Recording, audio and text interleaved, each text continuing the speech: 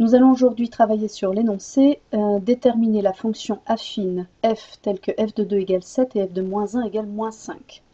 Dessous, je vous ai mis un énoncé équivalent qui parle, plutôt que de f de 2 égale 7, qui parle du point de coordonnées 2, 7 qui est sur la courbe.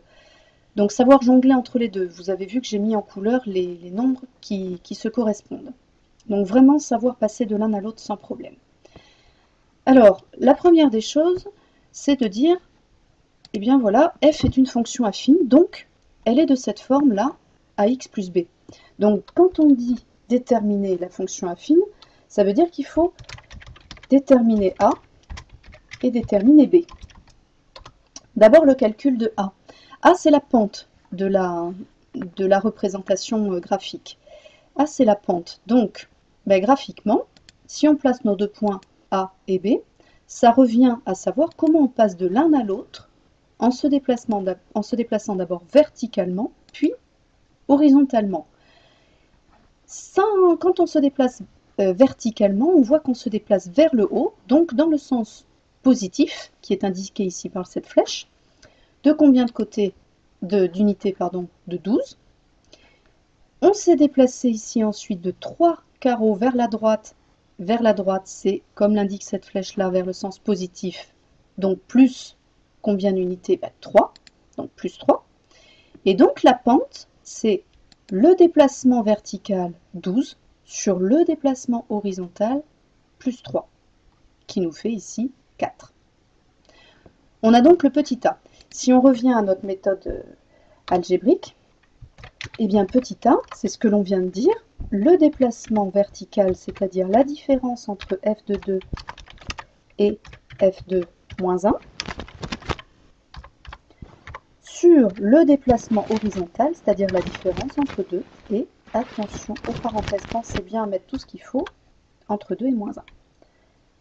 Après la mise en forme, voici ce que ça donne. Bon, alors f de 2, l'énoncé nous dit 7, moins f de moins 1, l'énoncé nous dit moins 5, attention aux signes et aux parenthèses, sur, je laisse tel quel le dénominateur, 2, moins, entre parenthèses, moins 1, mise en forme. On finit les calculs, donc en haut nous avons bien au numérateur 7 plus 5, au dénominateur 2 plus 1.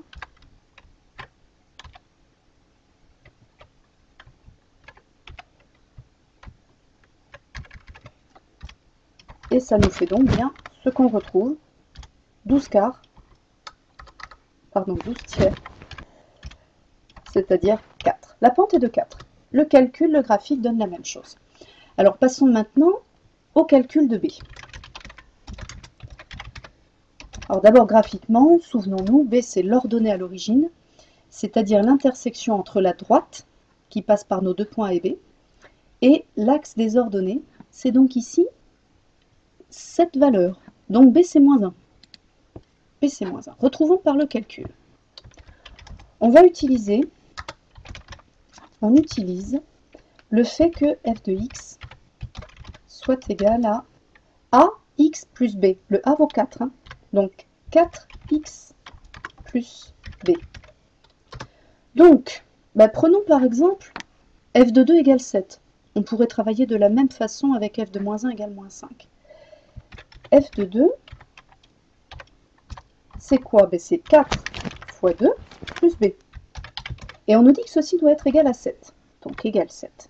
Très bien, donc ça fait 8 plus b égale 7. Tiens, une petite équation. Donc b égale, on enlève 8 aux deux membres, 7 moins 8, ça fait moins 1. Et oui, on l'avait vu par le graphique, moins 1. Conclusion. On en arrive à la conclusion que notre fonction affine, ça y est, on l'a déterminée, c'est ax plus b, a4, x, plus moins 1, c'est-à-dire moins 1.